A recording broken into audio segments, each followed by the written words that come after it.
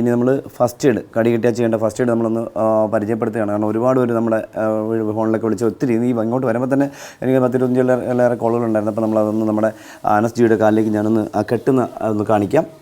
ഇപ്പോൾ എനിക്കിവിടെ കടി കിട്ടി എന്നിരിക്കട്ടെ, ഇവിടെ എവിടെയെങ്കിലും കടി കിട്ടി എന്നിരിക്കട്ടെ.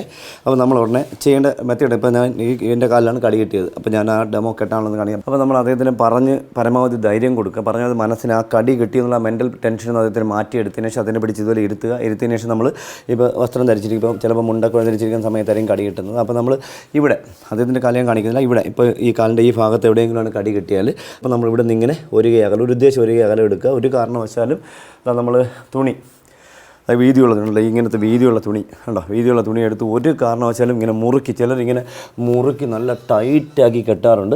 അതൊരിക്കലും നിങ്ങൾ ചെയ്യരുത്. തുണി വീതിക്ക് നല്ല വീതിക്ക് എടുക്കുക. ഉദ്ദേശം 9 ഇഞ്ച് മേളിലോട്ട് ഈ വീതിക്ക് തന്നെ തുണി ഇങ്ങനെ വീതിക്ക് തന്നെ ചുറ്റി ഒരു കാരണവശാലും ടൈറ്റ് ആക്കാതെ, ചെറിയ ടൈറ്റ്, അത് നമ്മുടെ വിരൽ ഇങ്ങനെ വെച്ചാൽ ഇത് നമ്മുടെ വിരൽ ഇങ്ങനെ വെച്ചാൽ ഒരു പേന വെച്ചാൽ പേന ഇങ്ങനെ ഇരിക്കണം, ആ രീതിയിൽ കെട്ടുക. കെട്ടുമ്പം ഇങ്ങനെ കെട്ടുന്ന സമയത്ത് ഒരു കാരണവശാലും നിങ്ങൾ ടൈറ്റ് ആക്കാതെ ഈ കുഴ കെട്ടേണ്ടത് ഇങ്ങനത്തെ കെട്ട് കെട്ടുന്ന സമയത്തല്ല ഈ കെട്ട് ഇങ്ങനെ കെട്ടാൻ പാടില്ല. നമ്മൾ പെട്ടെന്ന് ഹോസ്പിറ്റലിൽ ചെന്ന് കഴിഞ്ഞാൽ അഴിക്കുമ്പോൾ നമുക്ക് പെട്ടെന്ന് ഇങ്ങനെ അഴിക്കാൻ പറ്റും, ഇങ്ങനെ കെട്ടുക.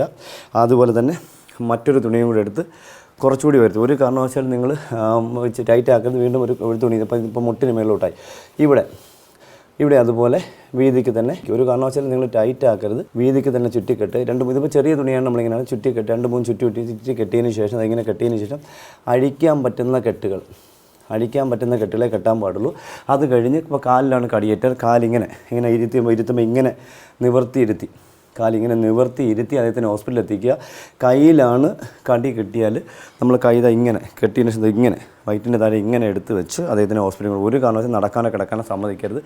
എടുത്ത് ഇരുത്തി ഹോസ്പിറ്റലിൽ കൊണ്ട് ഇത് കണ്ടോ, ഈ കെട്ട് കെട്ടിക്കഴിഞ്ഞാൽ ഇതാണ്ടോ ഇവിടെ ഒരു പാടൊന്നും അദ്ദേഹത്തിന് കണ്ടോ, ഇവിടെ ഒന്നും പാടില്ല.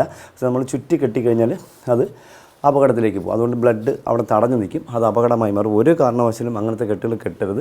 അപ്പോൾ നമ്മൾ കണ്ടോ ഇപ്പോൾ കെട്ടി നിൽക്കുമ്പോൾ നമ്മൾ ഇത് കെട്ടിന് ഇവിടെ നിന്നും ഒരു ടൈറ്റ്നെസ് ഇല്ലാത്തതുകൊണ്ട് ആ സർക്കുലേഷൻ സാവകാശം നടക്കും, അപ്പോൾ അപകടം ഉണ്ടാകും. മറ്റേ നമ്മൾ കെട്ടി തടഞ്ഞു വെച്ച് കഴിഞ്ഞാൽ ഇവിടെ ഈ വെനം നിന്നിട്ട് അവിടുത്തെ സെൽസ് എല്ലാം അങ്ങ് ഡെഡായി പോകും. ഡെഡാക്കി എന്താ സംഭവിക്കുക, ഇതുപോലെ ആ മാംസമൊക്കെ പോയിട്ട് നമ്മൾ ചിലപ്പോൾ കൈ മുറിക്കേണ്ട സാഹചര്യം വരും, കാല് മുറിക്കേണ്ട സാഹചര്യം വരും. അപ്പോൾ അതിനൊന്നും മുതിരരുത്. അപ്പോൾ ഇങ്ങനെ ചെയ്തിട്ട് അദ്ദേഹത്തിന് ഹോസ്പിറ്റലിൽ എത്തിച്ചു കഴിഞ്ഞാൽ നമുക്ക് ജീവിതത്തിലേക്ക് തിരിച്ചു കൊണ്ടുവരാൻ കഴിയും. ഒരു കാരണവശാലും നിങ്ങൾ ടൈറ്റായി കെട്ടരുത്, ബ്ലേഡ് വെച്ച് മുറിവ് ഉണ്ടാക്കരുത്.